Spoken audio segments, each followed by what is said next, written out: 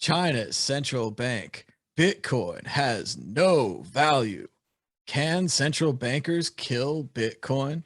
Well, as we all know, if you ask a question in a headline, the answer is always no. So central bankers cannot kill Bitcoin. But China's central bank saying that Bitcoin has no value, continuing to attack Bitcoin after banning the currency, after banning the miners. It almost seems like the Chinese government has no control over stopping Bitcoin and is resorting to calling Bitcoin names and using mean language to try to control the foreign currency that they can't keep out of their system. Dan, Eve, can central bankers kill Bitcoin? And is the Chinese bank right? Bitcoin has no value. That title immediately makes me think of that South Park episode, Make Love Not Warcraft, where it's like, we're dealing with someone with absolutely no life. How do you kill that which has no life? You know, if it has no value, it would be easy to kill. That's the point. The problem is it has lots of value, so much value that it's over or nearly $1 trillion again of value. Therefore, it's probably bloody hard to kill. And I think that article itself references the fact that the miners are being switched. There's signs of miners being switched back on. Right, it's just the whack-a-mole that happened. Not all the miners, as we kind of thought, went abroad or whatever. A lot of them just shifted to a more subtle place.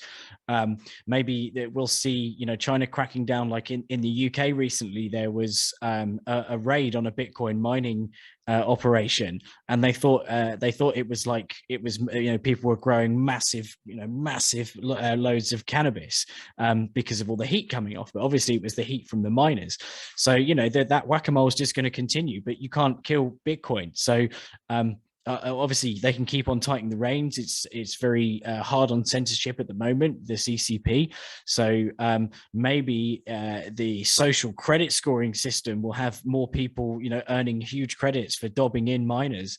And trying to kill it in that way, or people snitching on others for using Bitcoin, and they'll get extra credits, extra digital renminbi for dobbing in on their and snitching on their friends and peers for using Bitcoin. But ultimately, it just can't be killed, and this has been proven, time and time again with China. You'd think that because they've banned it multiple times and it just keeps on coming back, people keep on using it.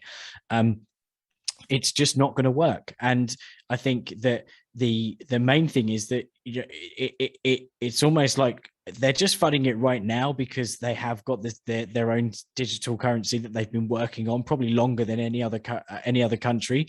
So it's the timing of that, right? They're just trying to put out some FUD just before the release of their own digital currency.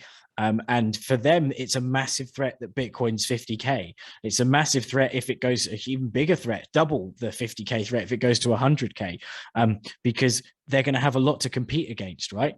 But I actually had someone message me the other day from an old treasury team I worked with, and they were like, "Oh, so this digital yuan, do you think it's going to pump?" And I'm like, "Well, it's kind of not like Bitcoin." But it's even getting to people in the West, right? There's people now who are genuinely interested in getting in on this CBDC.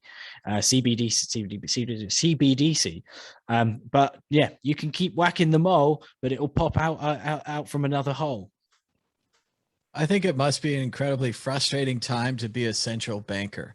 Imagine you started your way out, you were a teller, you were helping customers, you became the bank manager, you became the boss of the bank, the CEO, and you worked your way all the way up to central bank. And now it's your time to manage economies and regulate the world. And you've got tons of money. There is an infinite amount of cash at the Federal Reserve. There's an infinite amount of cash for you to work with. But every time you try to bring your powers to bear, your life becomes a Scooby-Doo episode, and you're sitting there screaming at those darn kids and their stupid Bitcoin, right? It keeps ruining everything you want to do. It leaks all the money out. They beat all your capital controls. You banned it. You banned the miners. Like Dan said, you're going to use social credit scoring to try to find miners like they're doing in Texas, except they're trying to find abortion people. But yeah, you're even using vigilante mobs to get your justice, to stop that Bitcoin. But there it is again, Scooby-Doo, those darn kids and their dog, ruining everything. Josh Shigala, what do you think about the central bankers? Is it really so bad? I'd love them to ask all the millions of people on Binance and Kraken and Coinbase if it has no value. What they should actually do is sell Bitcoin for $1, see what happens, see if it gets bought or not. It's just such a it's the typical sort of nonsense from megalomaniacal, narcissistic sort of leader dictator types that like, well, obviously this stuff just doesn't have value. It just doesn't have value. Like when it literally has value. Like there is nobody, zero person, no one that will sell you Bitcoin for $1. Like, and that even is value. Like it's the dumbest thing to it's not dumb. It's like delusional. It's delusional. And it's kind of sad that these despots have to go around pretending that they know stuff that like, I don't know what to say to them, man. Like maybe go see a shrink, like find out what happened to you in your childhood or something. Cause you know, what's going on, you know, what? If you can't trust an unelected dictator, who can you trust? And like our friend Amin would always say, he was always saying like, you don't need a blockchain, you need a therapist. That was funny. All right, moving on to the exit question. I'm not sure on this one, which we've had pretty much ridiculous Bitcoin statements from everyone up and down the line.